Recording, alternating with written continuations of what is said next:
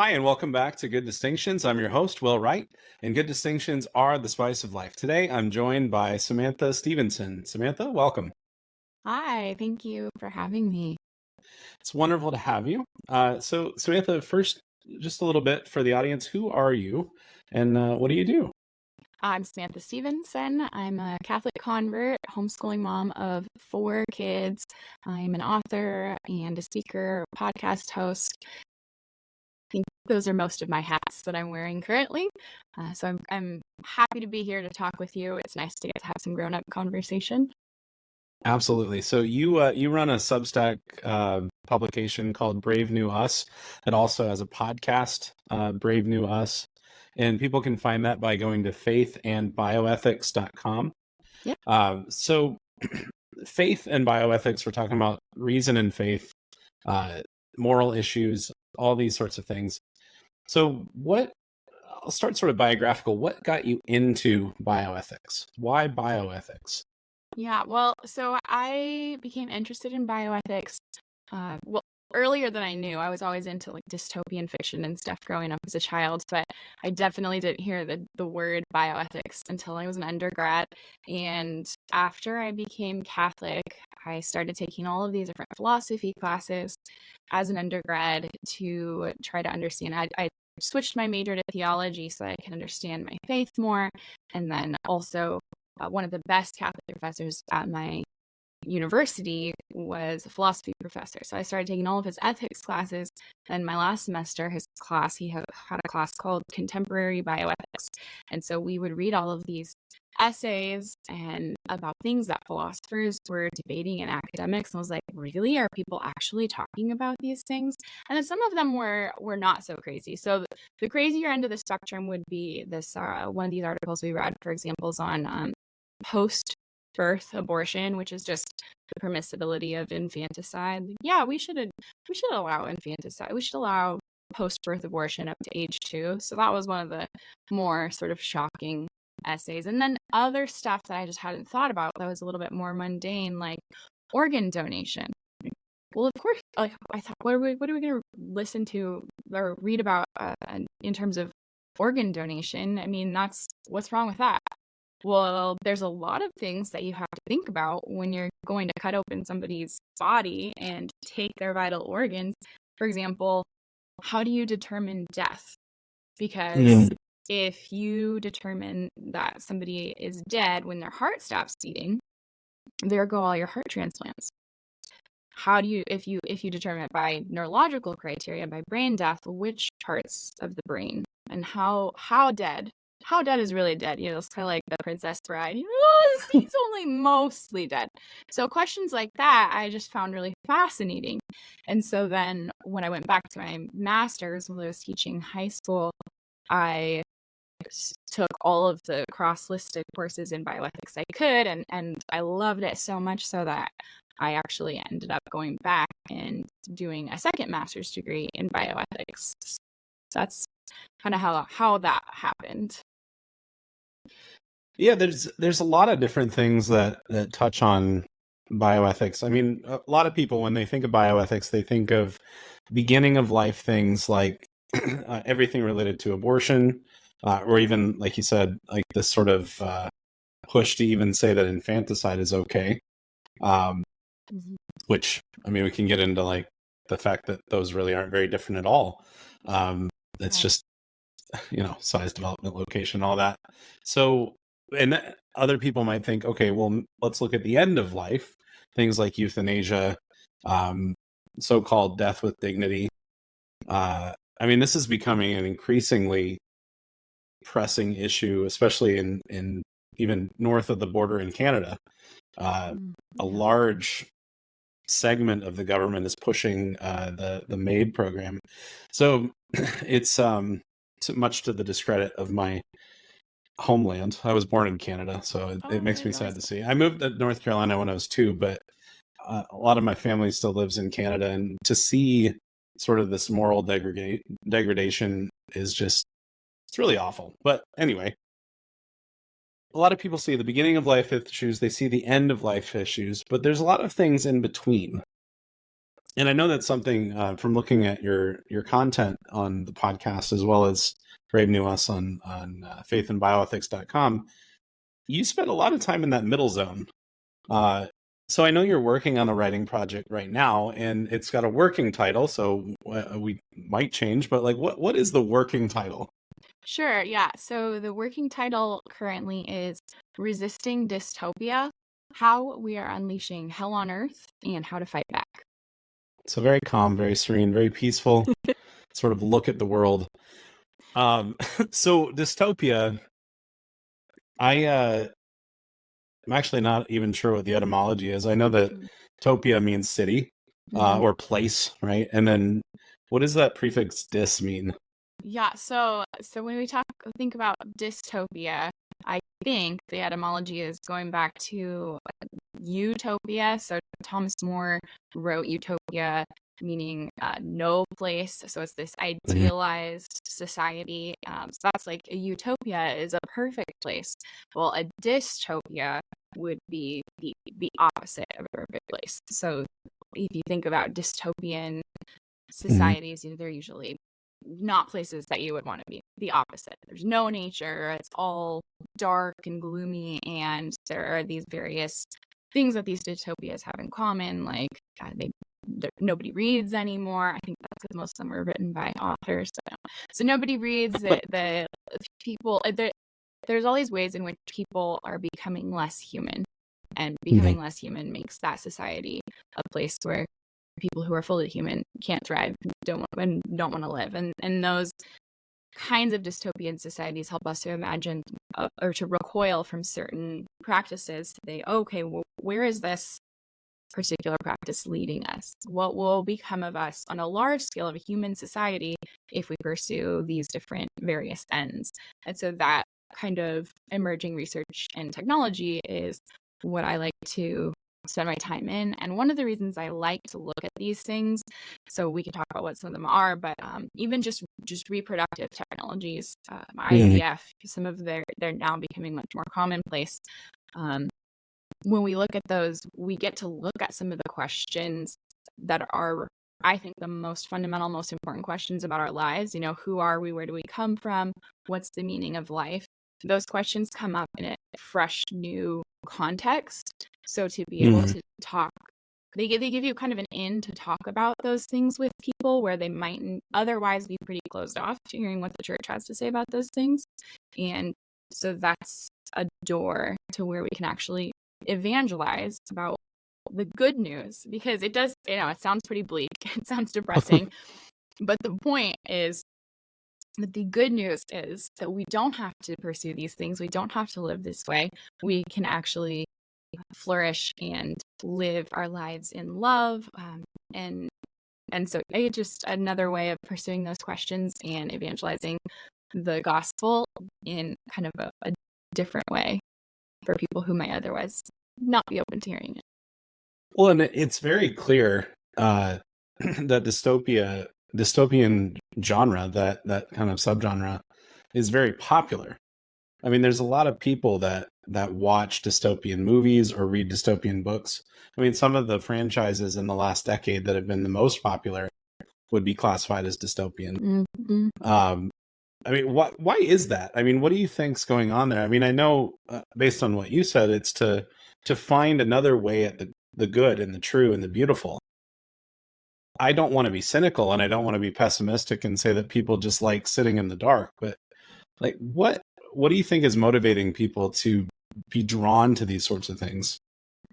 I actually don't think it's because of the dark in them. It's because of that contrast. The closer the light shines even brighter in the darkness.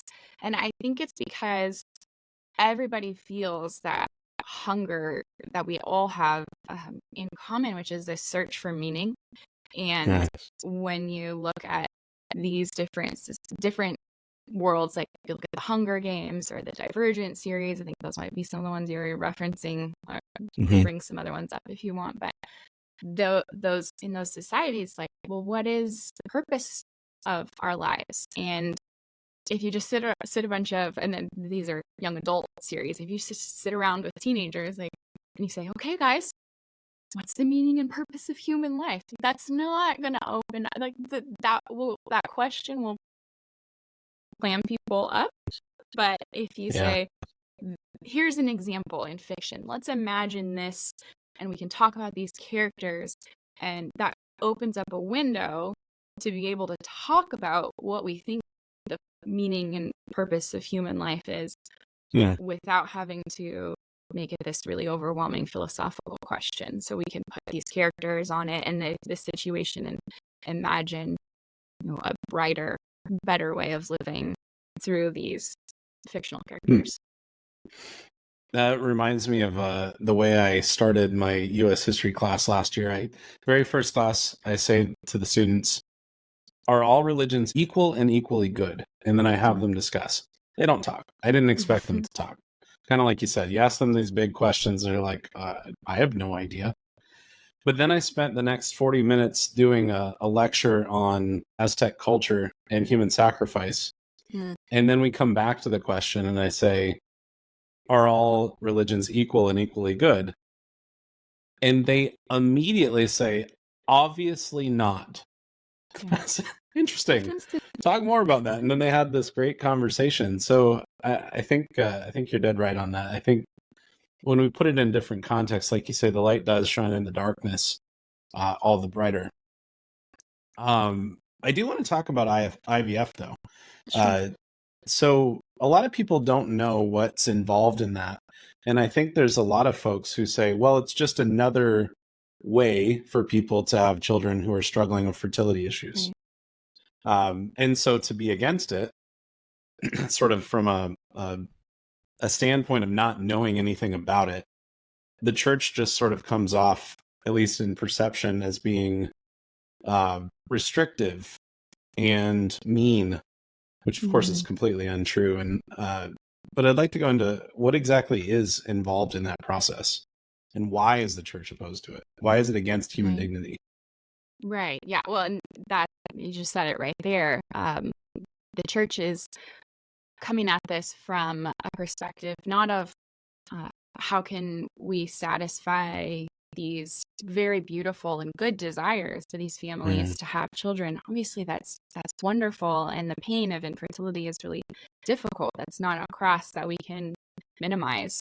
But one way of thinking about the church is as the way we talk about her as a mother. We talk about her as the bride of Christ and as our mother. And as Holy Mother Church, she looks to direct us towards that which does help us to become more fully human and to help us on this road ultimately to becoming saints. And so when we're looking at practice and really any practice, but specifically taking IVF, that's the question is, does this practice help us? And does it help our dignity? Does it affirm our dignity, or does it undermine it? So that's the question we're asking. Does it help us in this way? And IVF undermines human dignity in a few different ways. So first, it undermines the good and the health of the woman. It undermines the good and the rights of the child, and it also undermines the goods of marriage. So we could take each one of those one by one if you want. Yeah, that sounds great. So if you're just looking at a woman and you're thinking, gosh, I really want to become pregnant, and this is not, my husband and I are struggling. First of all, I would hope, number one, to say that IVF is very, very expensive, and the way that it works, the mechanisms that it works by are using pharmaceuticals to hijack a woman's body and to sort of force it into things like superovulation, which is very dangerous when they're extracting the eggs. And that has anecdotally a high risk of cancer, but they're not doing the follow-up studies to find out exactly what those risks are. A very, very, very low rate of effectiveness. So they might quote you something like 30% per trial. So that's maybe $12,000 for each cycle. And the 30% is for kind of the ideal. It's actually much lower than that, especially if you are the typical IVF person who's maybe you're struggling with infertility because you've waited or you didn't get married when you were younger and you're trying for whatever reason you waited until you were later to try to have your family. Well, the rates for women who are in their 40s, sometimes the latest figure I just heard was down to 7% per cycle. Yeah. So very, very low rates of effectiveness. And if we were the FDA and we're looking at a drug and saying, like, should we approve this? Is this a good solution to this ailment? That those numbers would not be enough to get approval. But big fertility doesn't need those numbers because they can use the individual drugs for the purposes that they're designed for. You know, can this drug make a woman ovulate 60 times what she usually does? Yes, it can. So we'll approve that particular drug. But using these things in tandem to achieve a baby, that's not what they're looking at. So the other thing is, it's not actually treating the infertility. And so for every woman who is thinking about this, I want you to know that there is a solution that is much cheaper and much more effective and that can actually heal you for whatever it is. And that's not to say, like, it might be your husband's struggle. There's that too.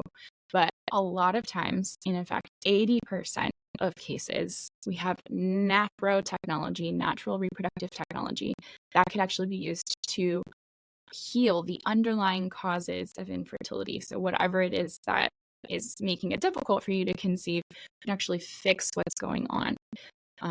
Another statistic, and we could throw these links for these studies and things in the show notes if that's helpful to people. Yeah.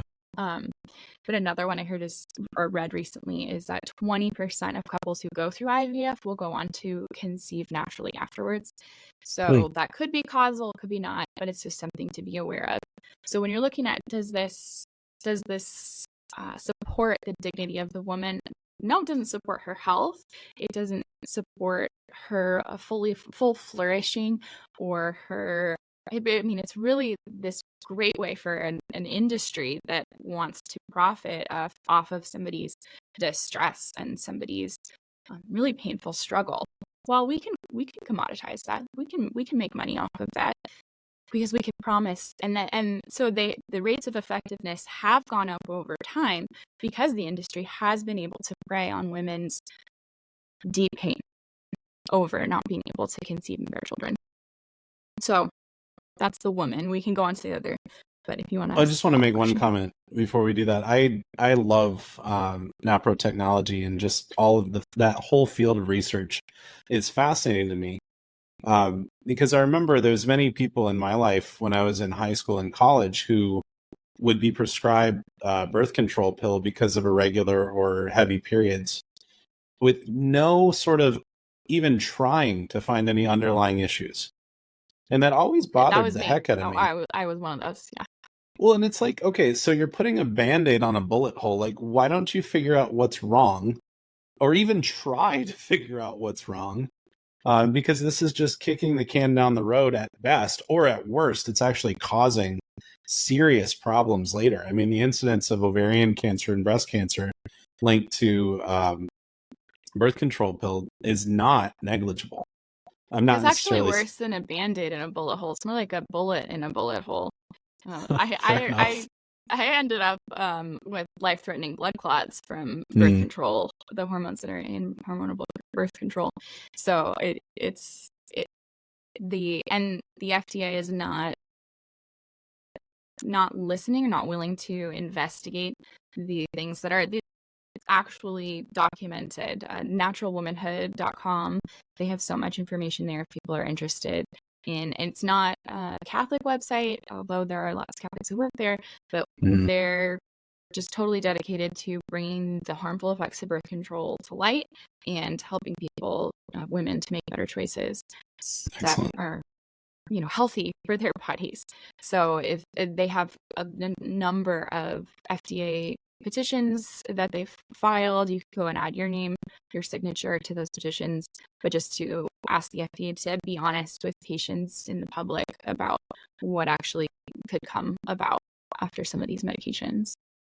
Excellent. Well, so NaPro Technology is short for Natural Procreative Technologies, right? And it's not a institution so much as a way of approaching things, if I have that right. I'm not sure exactly, but right. Yeah, I think what sort of magic? Okay, so it's Yeah, associated with the Creighton method. So it I is. guess that kind of is getting close to my question is like, what sort of magic shamanness is going on here? Like you're saying that you can actually fix the underlying issues. Like it's not magic. Isn't it basically charting and then having someone who's Yeah. trained Yeah. looking at it? Yes, it's not magic. It's just science. But it's a kind of science where if you can't patent natural solutions, so it is much less profitable to just fix something naturally. It's much less, and it's also much less profitable to fix something surgically if you can get somebody to go through multiple cycles of IVF. So, for example, just take my case. So the reason that I was on hormonal birth control growing up was because I had really painful periods, and they were so painful, like I couldn't do anything. I was debilitating. I couldn't go to school, which worked out okay because I was a good student, but I was down for the count at least one day a month, maybe two. Fast forward to when I'm engaged and preparing, my parish had this choose your NFP method day, and I found out about Creighton. And originally we were going to do a method of NFP, natural family planning, that looked at different factors in a woman's cycle and her body to figure out, well, when is she actually fertile? That was based, and I said, oh, we'll do the symptothermal method because there's like multiple measures there, so we could have like a large degree of control, which tells you something about where my mindset was going into marriage as a newlywed. Now 4 kids later, it's a little bit different, but at the time, like, we need to have as many measures as possible. But then I found out about Creighton through this parish fair, from fertility fair. Creighton has a medical component to it that contributes to these doctors who are trained in NaPro Technology. And so by charting what I was seeing with myself, and I had been to like probably 7 or 8 doctors at this point, and they could only give me hormonal birth control pills, which I was already on, or narcotics, which is a great thing to be on as a teenager. That is shocking to me, honestly. Like I shouldn't be shocked. I shouldn't be shocked. I'm talking about Canada. So like I have a relative who needed her gallbladder out, and they said, "Oh, we'll get you into surgery 6 months from now. In the meantime, just take narcotics." Yeah. For 6 months. This is not medicine. This is horrific. Anyway, sorry about that digression, but it's terrible. I'm sorry. I hope that worked out in the end. All good now. Okay, that's good. I'm glad that has a happy ending. My story has a happy ending too. So within, I don't know, maybe 3 or 4 cycles, my fertility care practitioner who I was working with to learn the Creighton method was able to look at what I was seeing in my body through my charting of it, and she was able to say, you look like you might have some signs of some, maybe like endometriosis or something. I don't know. Maybe you should go see the doctor at the time, Dr. Stegen. You should go see Dr. Stegen. She's a NaPro trained physician in Southern California. And so I went to go see her, and she looked at the chart. She's like, yep, this looks like endometriosis, just from looking at the chart. Just glancing and at I it. maybe had 3 cycles on there, so it was not very long after years and years and years of suffering. So she said, we could fix this with a laparoscopy. There's not a way to diagnose endometriosis, which can be one of the things that interferes with fertility. It's like, we can't really see how bad it is unless we go in and do a laparoscopy, and then during that, if it's there, I can fix it. And so that turns out that was correct. That's what I had. She went in, she fixed it, and I was able to function again. I didn't have to stay home from work 1 day a month, which was huge. I still had a large degree of pain. It actually got better after I had children. And I know I have autoimmune disease, and the changes of my diet I have made, I've actually done away with my pain completely. And so I think that my lifestyle and the standard American diet was contributing a lot to the pain that I was experiencing from endometriosis. So that's a story for another time. Well, but it supports your point that if we pay attention to our bodies and we actually have people who walk with us in that and say, not I'm going to give you a pill, or I'm not going to give you a sort of fix. I'm going to actually figure out what's wrong with you and help you make the changes necessary to listen to your body, because that's all it is. And then move forward. Like, obviously there's things that you can't fix with diet and certain other changes. but there's a great many things that we can do. Yeah. And the There fact are. that, Yeah. that doctors, first of all, aren't trained to address these. And like, it doesn't come up in med school. Right. I have some doctors and I've asked them about some of these things and they say, yeah, we don't cover that, unfortunately. Again, not surprising, because one of my best friends is a doctor, and he said that they modified the Hippocratic Oath. They barely even cover prenatal development in conjunction with ethics. So they don't talk about abortion in an ethical sense. They don't even cover ethics really at all in med school, which is just, and this isn't like some no-name med school. This is like UNC Chapel Hill, which is one of the best in the East Coast. So like, that's problematic, to say the least. Yeah, for sure. Yeah. So, yeah, I mean, don't even get me started on the state. Like, we can do all of these things to, we'll train you in organic chemistry. That you need to know. But you're going to cut into somebody's body and you don't need to know the basics about whether that's okay or not.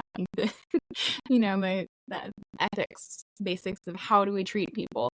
Doctors could use some classes in how do I behave as a human person. Yeah.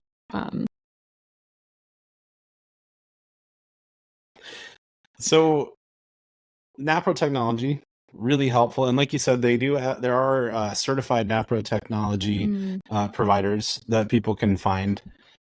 There's not many. I know in Phoenix, for example, there's only a handful. And by handful, I mean like 3. They're hard to find. You're lucky you have 3. I live in the state of Idaho and we have 0. There we go.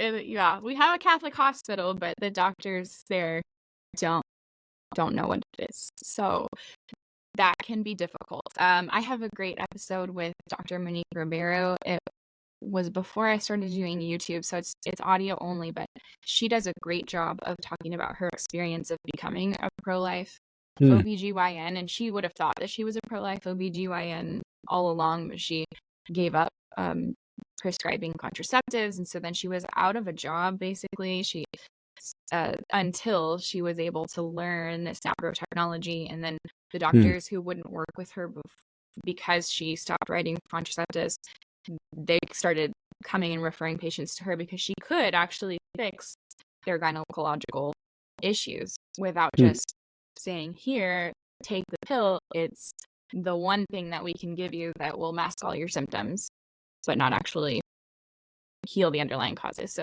that was a really great interview. Awesome. I would recommend people listen to. Excellent. And I'll find that and put it in the show notes as well. That'd be great. So the first step of sort of why IVF is improper, immoral, is because it's not good for women. Duly noted. What's the second? Yes. The second is that it does not properly respect the dignity of the child. So if you want to look at the church's teaching on this, we can look at Dignitas Personae says, and it's talking here about surrogacy. It applies that the child has the right to be conceived, grown, brought up within marriage. And so when you look at something like IVF, you're taking basically the purposes of the marital act are twofold. They're for the unity of the couple and for procreation. And so contraception separates those things by ruling out procreation, or attempting to. It's not 100%. But that's why it's wrong. It's making something less than it's supposed to be. Well, IVF is the flip side of that. It says we're going to take away the unity in this situation and just have reproduction, not procreation there. And it's inviting this third party to come in, this technician or however many parties to come in and participate in the really the commodification of the child. So that's the best case scenario. The best case scenario is if you're a child of IVF, you are a product to be bought and sold. And I do want to say at this point, all children are made in the image and likeness of God, all people. So it does not matter the method of conception. You are beautifully and wonderfully made. However, that doesn't mean that we are going to celebrate on a large scale this commodification of human life. And so if you are lucky enough to be a child of IVF, we are glad that you're here. For all of the other embryos who were not lucky enough to make it, their fate is either that they were lucky enough to pass pre-implantation genetic diagnosis, so they weren't just thrown away immediately because their genetics weren't good enough. So that's eugenics right there. They were lucky enough maybe to be implanted, but then they have something, if multiple embryos take, they put it more than can safely grow, usually in a woman's uterus. Now, sometimes different Christian churches have different teachings on IVF. So one couple might say, we just want one or we just want two embryos implanted. And they're willing to do that. It's a financial risk because they're much less likely to get any of that implant. But on the flip side of that, when they're implanting like 5 or 6, if too many actually do work, then they practice what they call euphemistically selective reduction, which is just selective abortion. Which one of these children are you continue to grow? Which one are you going to abort? So right there, that's obviously not good for the dignity of the child. Then we have all the other embryos who just don't make it. The couple achieves the child or the number of children that they wanted. Then they have all the rest that are frozen indefinitely or frozen for 7 years while they wait to be adopted. And we can talk about embryo adoption if you want. Or the oldest embryo actually that was ever adopted and successfully birthed, I think that just happened, and that was about 30 years between when this embryo was conceived and created and the child was born. So I think the article that I read said that the parents of this child and the child were conceived in the same year. So that's through embryo donation. Obviously, those weren't his original parents. So there are a lot of ways in which we are taking human life and playing God, and that's the problem with playing God. We're treating human beings as things that are to be bought and sold, and we know that no human being should ever be bought and sold. And then we could expand it. We could go a lot of places with this. We could go into the eugenics problem. We could go into embryo adoption. We could go all kinds of nooks I'd and like crannies. to talk about embryo adoption, but I want to take a step back first and just look at what is the practical steps of IVF, technically speaking, how does it happen? Sure. Because I want to point out, as you're talking about embryos, we're talking about human beings. We're talking about human persons, because life begins at the moment of conception, and conception is where you have a fertilized egg. You have an egg and sperm, and they have united and become one organism. So we're talking about human beings. But anyway, how does that actually happen? Because obviously we're taking the unitive measure out of it. So this is happening in a lab. Yeah, in a lab. But I have no idea doctor's how that office. works. So how does it work?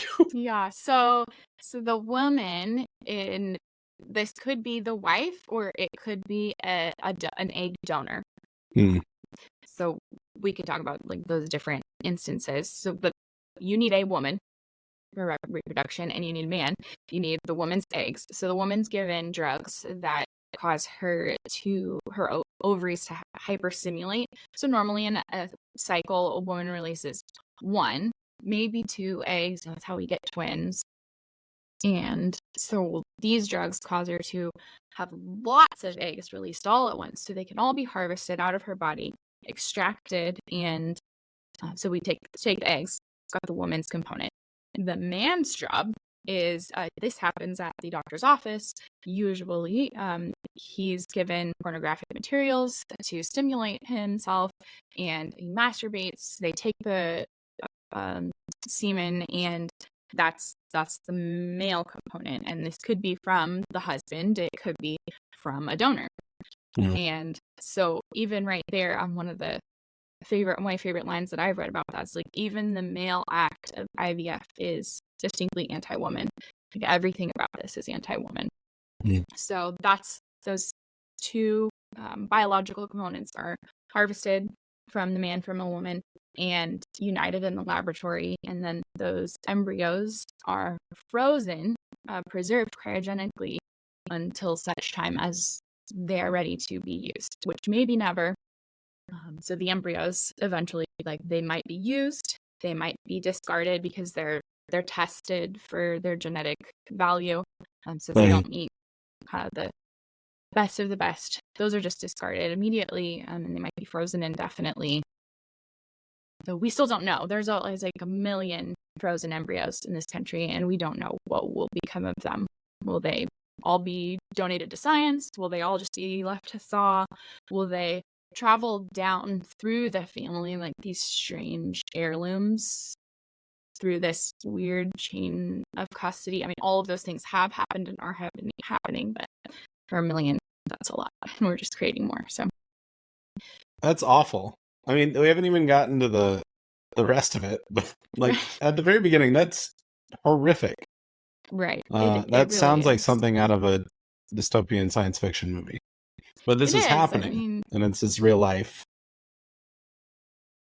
Okay. Yeah, it is. And so some people, in their compassion, they want to respond to that and pursue something like embryo donation. So those embryos that are either no longer wanted or just have been abandoned by their parents, because somebody has to pay for their continual freezing, Right. for their preservation.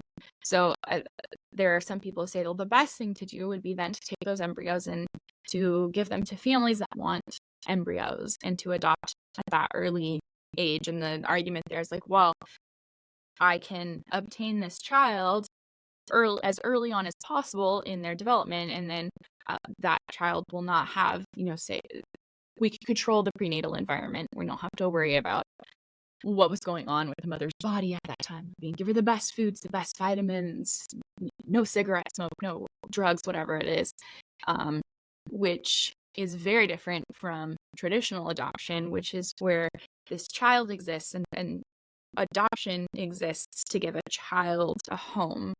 It does not exist to obtain and to buy children for parents. So there's a pretty big distinction there. And so some Christian ethicists will say, yes, that's a good idea. The Catholic Church says that those embryos are actually in a situation of injustice, which cannot, in fact, be resolved because of the cooperation with the evils of IVF, and taking that reproduction out of marriage, which is where it belongs. And so we talk about that when we talk about the third component. So what do you mean by did you say unresolvable, or it's not able to be resolved? That's the official wording. It's a horrible answer. answer. The link to the document, I don't like that. But it says there's and thankfully, I think that there's still like a little bit of gray area there, but it's one of those situations. Sometimes there are situations where there's no clear good option. And so I think that that's really what's meant there, is that we've created a situation for these embryos in which there's no way out that doesn't involve also committing some kind of further wrong. Would that be the case? Just hypothetically speaking, just kind of on the cuff, haven't thought this through. Maybe you have. What about in the future? What if we develop, and I'm just literally throwing this out here to get your take. What if we develop artificial wombs that are able to bring the child to term? Yeah, I'm actually writing an article about artificial wombs right now. So there are people who have suggested that artificial wombs might solve the problem of abortion, because if the goal in abortion, if the goal in abortion is really to end a pregnancy, but you could end a pregnancy without ending a life of the child, then that would be better, right? Then everybody would be happy. So I'm actually, maybe. I don't know. I'm actually doubtful about that, because I don't think that in a lot of cases the goal is to just end the pregnancy. No, And I in don't buy some that at cases, all. maybe that's true. But I think a lot of times the goal is to erase what's already been done and to erase the parental and genetic relationship that already exists. So I'm a little bit skeptical about that one. But the question is, so we have, our scientists have created artificial wombs that can bring lambs to life. So if we could have, that's a mammal. That's pretty similar. I think the most similar animal that they would test it on would be some kind of primate, but lambs is a mammal, so that's pretty good. So if we could actually mimic the maternal womb mechanically, which we already sort of do, right? We have incubators for premature infants that can take viability back pretty far. I think it might be 20 weeks, maybe earlier, but we've had babies that could survive that. That's halfway. So could we just extend that back? Could we get some better capabilities, and could we get viability sooner and sooner and sooner? Maybe someday we won't need a maternal womb at all. I think that that's very technologically very possible. I don't know how imminent it is. There is a large degree of hubris involved with many of the technologies that I look at, and I think this is one of them. We don't even know all of the components in breast milk. We don't know what these things are yet. And we think that we can mimic it with formula. Now we understand formula is great for when there are certain problems where a mother can't breastfeed her child for whatever reason.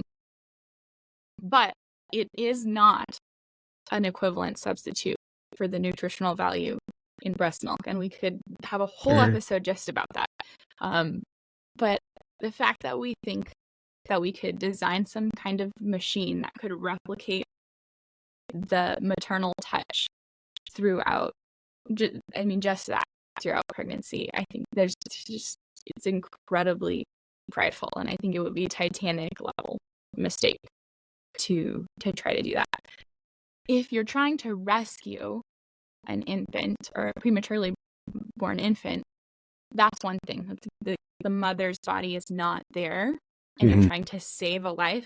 That's something really different than totally different intention. We're just gonna separate that and make that happen. So there are all of these studies that they did before they realized, hey, we should probably have some kind of studies about what we can and can't do to people in research studies that looked at the effect of touch on children in development and on infants.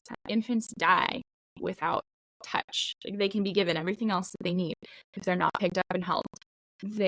Toddlers develop failure to thrive. These developmental milestones that they just miss, and then they never hit them if they are not picked up and touched. And so just that alone, we extrapolate that back to the prenatal process. I clearly have deep skepticism that we would ever be able to come up with an artificial womb that could appropriately provide for the needs of development in a way that would substitute for a mother if that were still an option. I agree. I have nothing to add. I think it's just, even if I'm trying to, like, on one level, intellectually, I'm trying to say, okay, there's an unresolvable problem that doesn't really gel with us as human beings. We don't like those. We like resolution. And we've created this situation that is horrendous with these million babies, body and soul, just sort of frozen in frozen in storage. And the church is saying there is no resolution possible at this time. I'm not sure. Tough. It is. I don't know that that it would be ethical to experiment on these embryos by, say, we had the technology and we could use the artificial womb. Could we bring these people to life?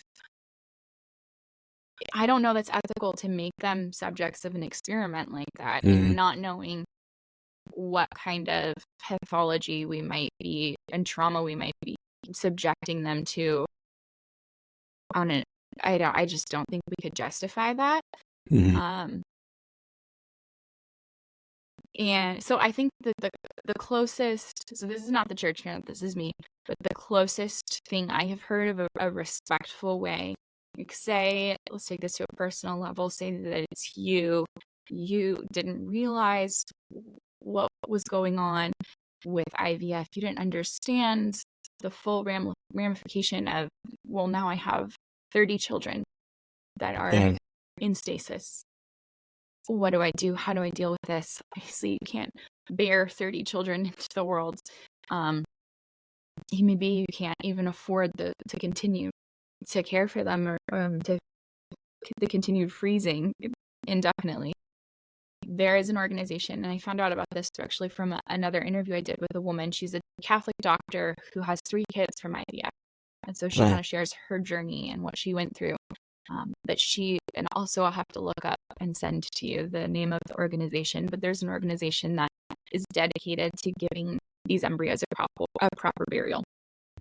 And so I think that is the closest thing that I have heard that can speak to the dignity of these human persons whose fates are otherwise frozen indefinitely. Well, and withdrawing, if you call it, if we just stick to basic ordinary means of care versus extraordinary, I would say that keeping someone in cryostasis is extraordinary. Yeah. At least right now. I mean, we don't normally do that with people. No, it's like, you have cancer? Hold on, let's freeze you. We'll thaw you out in 20 years. Maybe we'll have a cure. Like, nobody does that. Maybe. I don't know. There are a few. But probably. I'm sure there are. It's like everything I say is like, oh, this is scientific gobbledygook. It's like, no, that's happening. Okay. We can go down some rabbit holes. What a world we live in. Actually, I forgot cryogenics. I forgot to put that on my list that I have here. But what a weird world. But it would seem that it's extraordinary. And so it's like, okay, well, what are ordinary means of care? Generally speaking, it's like food and water. Well, you can't feed an embryo. Like it's just not possible. The conditions aren't there. It's not. And I think that your argument of or at least approaching an argument of like these artificial wombs wouldn't do it. It wouldn't be sufficient. There wouldn't be that connection. I think that would be ordinary means for a child in the womb. That's ordinary, necessary connection. And so if you don't have that, you don't have the ability to offer ordinary means. And if we don't have the ability to offer ordinary means, then withdrawing the cryostasis isn't inherently wrong, at least thinking out loud. So it would seem like letting these children die and then giving them a proper burial shows that we care about the dignity of the human person, no matter how small. And it seems like the only viable option here, ethically speaking. And I could be getting all of this ordinary, extraordinary means thing off completely. And oh well. So we'll leave it at this is Will's sort of ramblings that have absolutely no competency in bioethics besides like a class in my theology masters. So moving on from this, what's the third reason why IVF is so against dignity? The third reason is that it does not support the unity within marriage. So we kind of already talked a little bit about the separation in the marital act of procreation and the unity. Another aspect that we can talk about is when, like I mentioned before, one or the other spouse goes ahead and reproduces without the other spouse. So that obviously there's a break in the unity there. And his Dignitas Personae, it's either Donum Vitae or Dignitas Personae, talks about that as essentially reproductive infidelity. Document doesn't use that term, but that's the term that I'm using because it's easier to understand than what the document says. And it says that when we talk about infertility, we don't talk about, morally speaking, we don't talk about one or the other spouse as the problem. We don't talk Mhm. about, we don't isolate. It's the couple that's infertile. Now, in medicine, it's helpful because you can hopefully heal those underlying causes of infertility. So it is helpful to know the problem. But if we're Mhm. going to talk about infertility, morally speaking, it's much more helpful to the unity and to carrying that cross in marriage if that's something that you're going through together.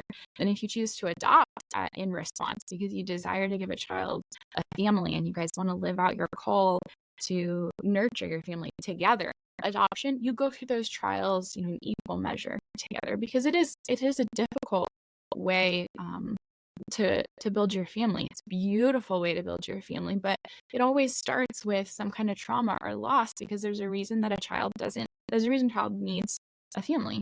All right. And so adoption is one way that couples together can seek to parent and to live out their call to fruitfulness.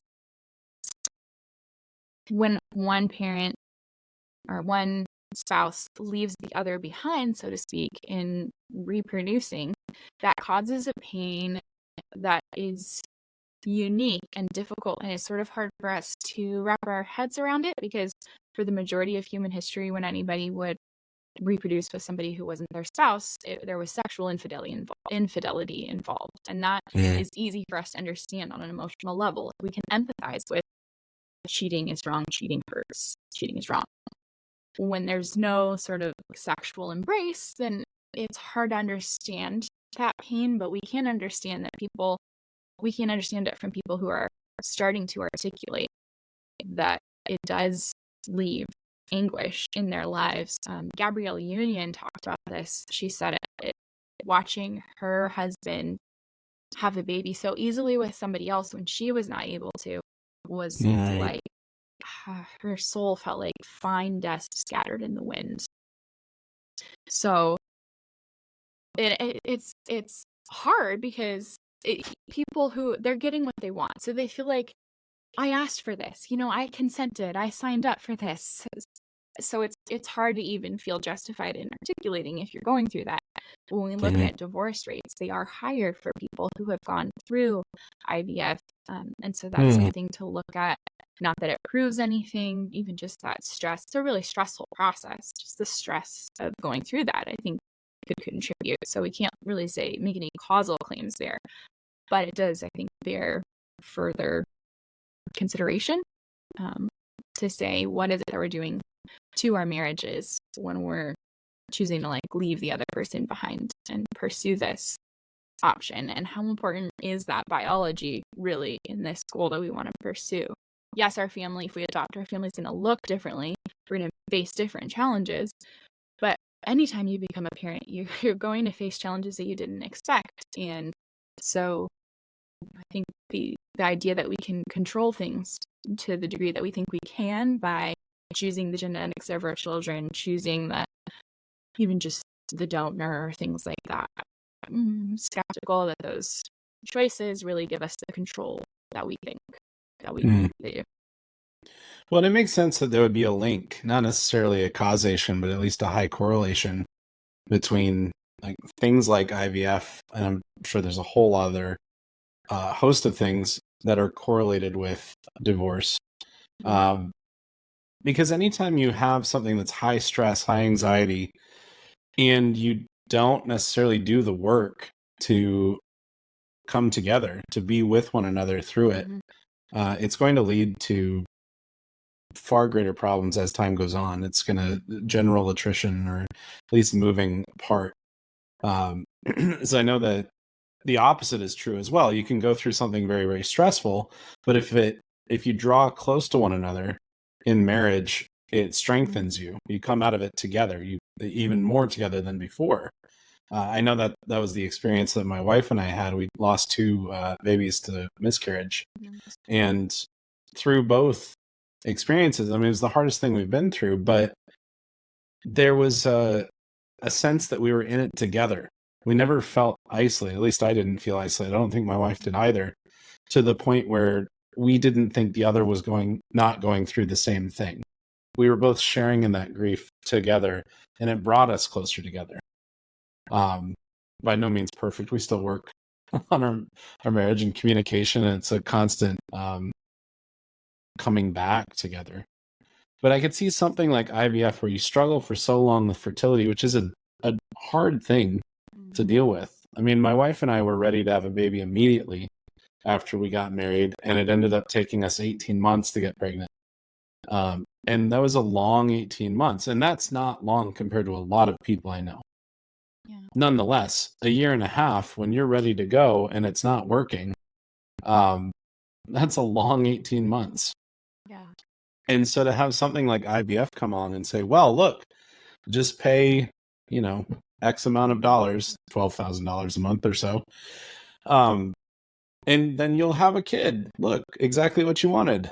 And then you start like putting all of these other issues in, like reproductive infidelity and these sorts of things. That's intensely traumatic, whether they realize it or not. And then I can't imagine what it would be like to have to go through seeing what happened after the fact. Because a lot of these folks, I don't think actually understand what's happening or like what they're asking for. So I just want to echo something you said earlier. Like, if you are a child who was conceived through IVF, like, you have no less worth than anyone else. And your parents are not terrible people. Like, it's not, I mean, I know a lot of people who are Catholic who have done IVF and had kids that way. And later on, they realize that the church is opposed to it, which I think is actually an issue from the church's standpoint. I mean, our leadership needs to do a lot better job. And by leadership, I don't mean just clergy, but lay people in ministry as well. Like yourself, like me, like actually saying something and saying, look, this is not okay, and here's why. It's it is horrendous. Just the thought of all of these embryos, these people, just sort of hanging out with no resolution. That's not what any of us were made for. No, it's not. It's hard to talk about, though. It's hard to talk about these intensely emotional issues. We've somehow created a climate where if you talk about anything moral or ethical and somebody thinks or feels differently, or it's counter to the way that they have actually behaved, well, it's a personal accusation. And I don't know if that's an error of critical thinking, or if we just have raised people to be like, well, there are mostly everything is okay to do. There are certain things that make you an unacceptable person, like child rape. That makes you a bad person, but pretty much everything else is okay to do. So if you say anything else, if you say any behaviors are off limits, then that's personally angry. No, like we need to be able to talk about what we need to be able to talk about the kind of human future that our actions are creating. And so for us to say something like IVF does not uphold human dignity, or surrogacy especially does not uphold human dignity, that's out of love and concern for the dignity of all those involved for future generations. And it's important, and we need to be able to talk about it. And talking about it and saying that we're opposed to this practice that maybe person Y has done does not mean that we don't love person Y. It's because we love person Y that we need to talk about it. And it's not even just to say that we don't agree with this action, that this action is immoral. That's not to say that person Y is a bad person.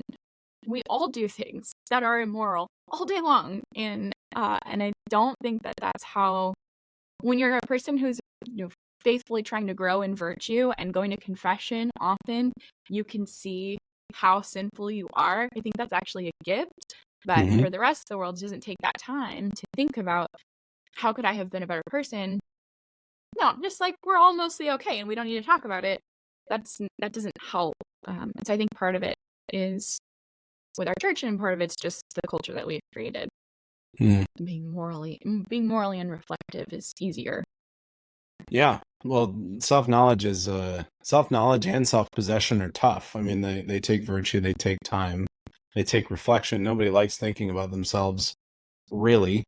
Um, they like thinking about themselves in a good light, but as soon as you turn it negative, they go, "Oh, let's think about something else." Yeah. But that's exactly, like you say, that's exactly where we grow. Um, Self-knowledge is the beginning of wisdom. So we're creating this dystopian world. Perhaps we're already in it to an extent. Out of all the things that you've seen in your research, this is a very broad question, take it wherever you like. Sure. Okay. What's the most, like, you saw it and you were like, no way, this can't, like, because we've talked about a Okay. lot of things that are Yeah. like, this can't be real, but like, what's one thing that you've seen that you're like, no, that's a bridge too far, that can't possibly be true, and then you looked into it and sure enough, here we are. It's actually kind of hard to narrow it down to just one thing. But so Well, that's I'm gonna horrendous. But I'm gonna give a continue. few. So we'll say these are the articles that came up. I have Google alerts for various keywords, and so these are articles that came up, and I thought I have to look into this more because this has to be like an Onion Babylon Bee situation. This has to be satire. This can't actually be research that's being done.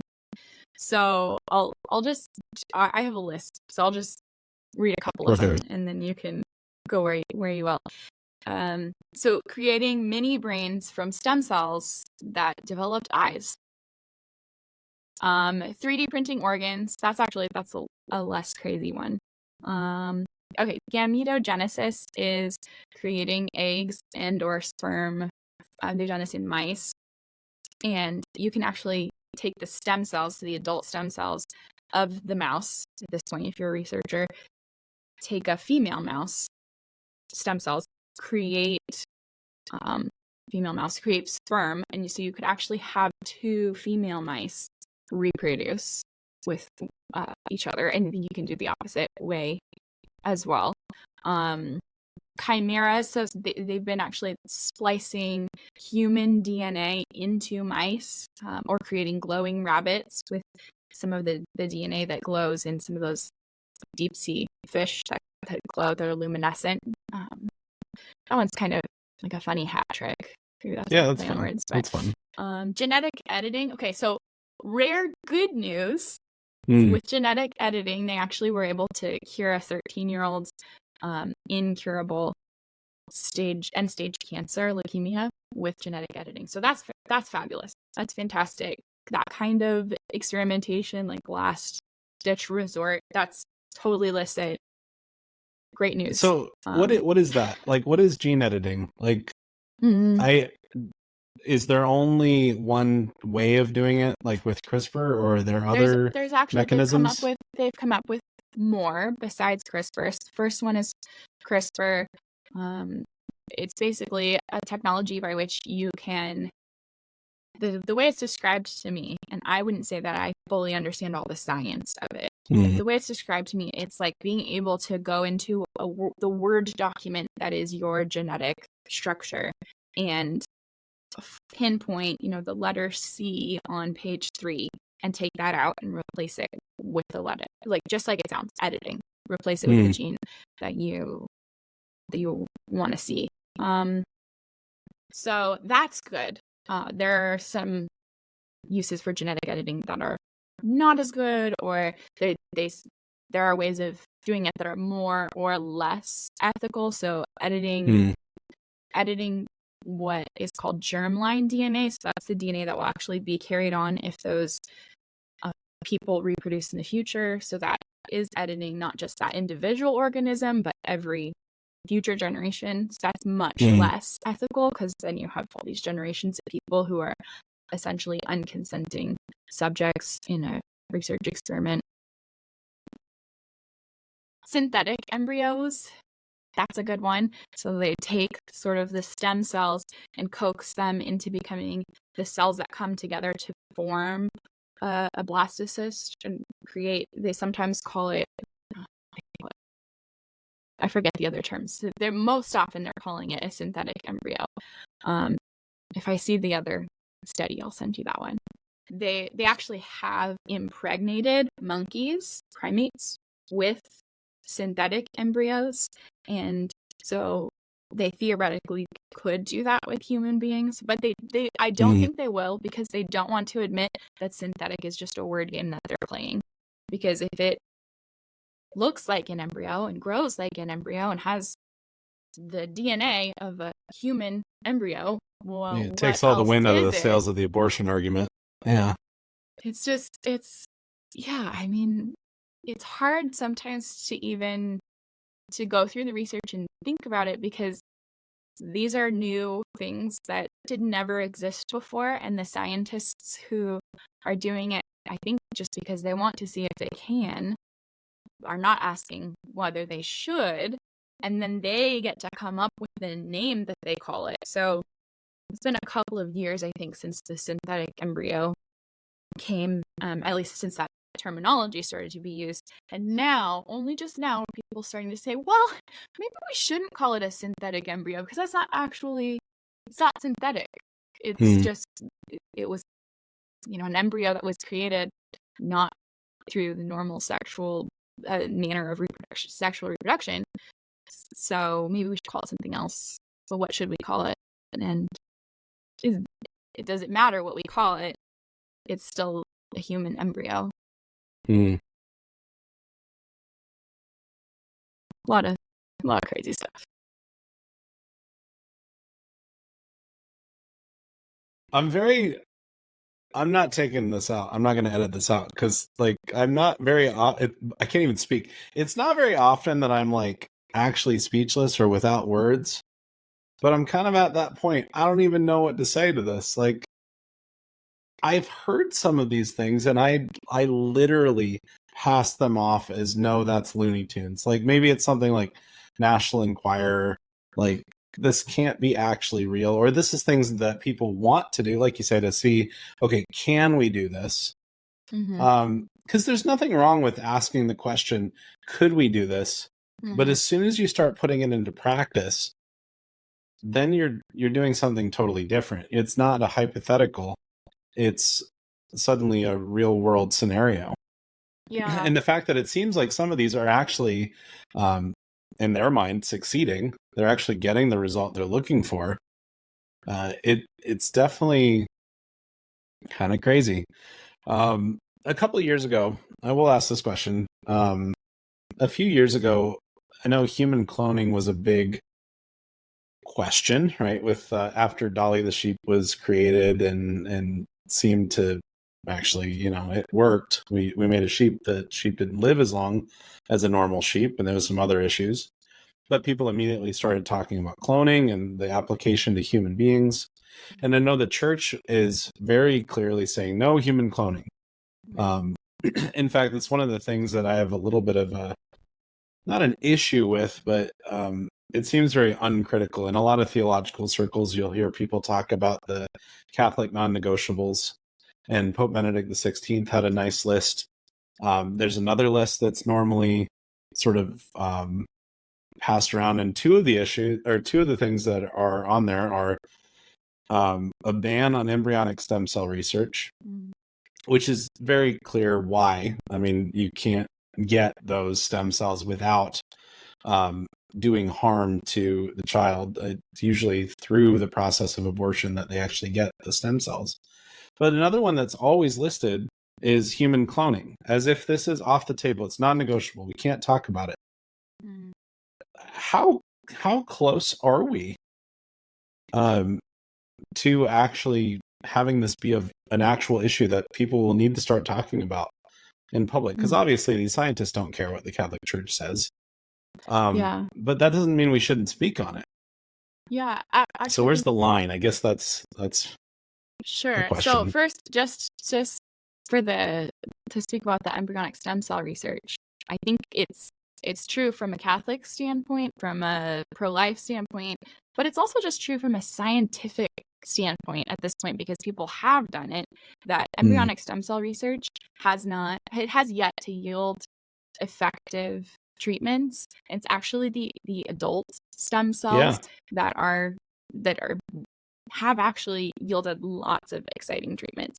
So I think that it's just, why would you ever continue to do something that's ethically questionable when you have something that is actually not just equivalent of an alternative, but a wildly more effective method. So where are those stem cells taken from? The adult stem cells, how are they harvested? So they're called induced pluripotent stem cells. So basically, you could take skin cells and take them and by this process that I cannot describe in detail, you can coax them into becoming, if they're pluripotent, it means they have the power of becoming many things. So you could encourage them to become the kind of cell that you want, which is the point of having these stem cells. That's why the stem cells are exciting, but you don't need an embryo to get them. So very fruitful results and incredibly non-invasive. Right. Sounds like a winner. Okay. It is. Yeah, but it's a no-brainer. Why would you even if it were just to not have to fuss with all of the pesky ethicists and the people, like the societal criticism? Well, okay, yeah. I'll just do this other way that doesn't have any. Sorry, one moment. Let me scratch my arm real quick. Yeah. Okay, so on the cloning issue, there's a great documentary if people are really interested in doing a deep dive. It's called King of Clones. It's on Netflix. And it tells the story of this scientist who announced, and I think you probably remember this from many years back, that he actually had created the first human clone. And it actually was not true, was not accurate. But the scientist is still a practicing researcher. Yikes. And so it kind of like follows him. He doesn't see anything wrong with the kind of research that he's doing.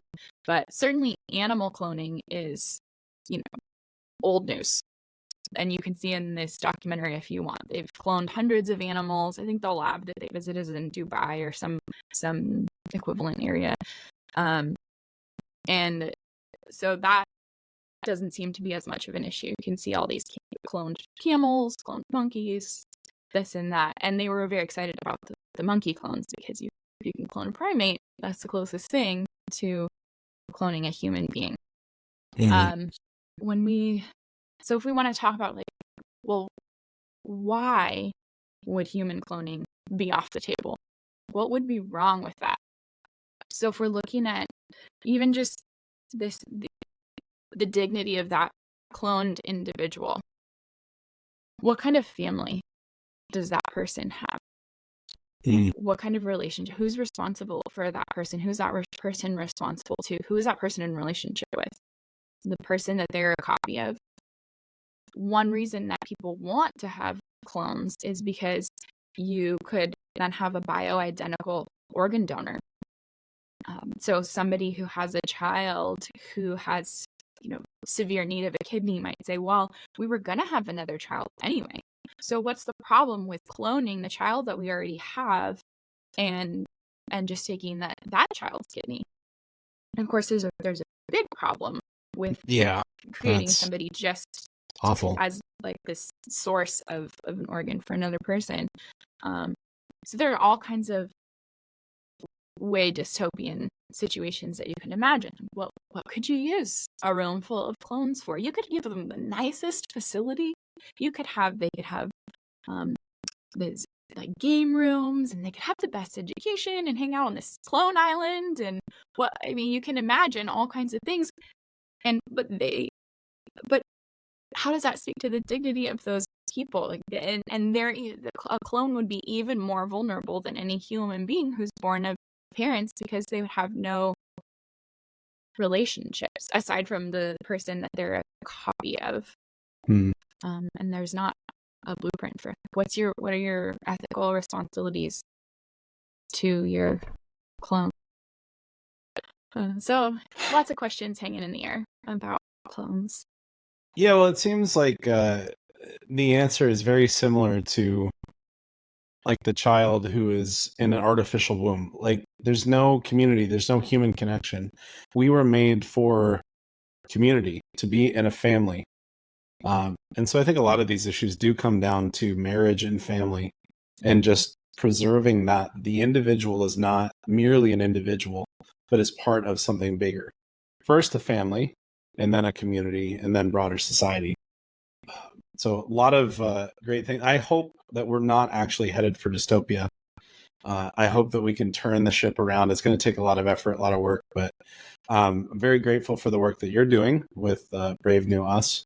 And I do want to point out your book to everyone who's watching, Reclaiming Motherhood from OSV. You can get this on all over the place, but I got mine on Amazon. So It's cheapest on Amazon. If you're looking for a deal. And Amazon is super quick too. Again, Amazon like right within now, a day. they have them cheaper than I can get them from the publisher at my author price. So. Well, there you go. Thanks, Amazon. Yeah, good marketing. And it's so quick, the shipping. But definitely go check out Samantha Stephenson's book, Reclaiming Motherhood from a Culture Gone Mad. And also keep her in your prayers as she works on her upcoming book and work. Go to faithandbioethics.com to learn more about Brave New Us and everything that she's writing and putting out there. And your Instagram handle is Real Samantha Stephenson with a PH. There we go. Stephenson with a PH. Excellent. And for those watching, if you haven't yet subscribed to Good Distinctions, you can go to gooddistinctions.com to become a free or paid subscriber. Please do consider becoming a paid subscriber to keep all of this going. Lots of software and costs and whatnot. So please help me continue the work of Good Distinctions to, the mission of Good Distinctions is to reignite good conversations, find the best distinctions, and inspire others to do the same. And I feel like, Samantha, we have accomplished that, at least starting a lot of good conversations, hopefully. Making headway. Absolutely. And you brought up a lot of good distinctions. So I'm very glad to have you on the show. And maybe we can do it again sometime if you're down for that. Yeah, but thanks for coming on today. Thank you so much for inviting me. This is great. Wonderful to have you. All right. Take care. And I'll see everybody next week.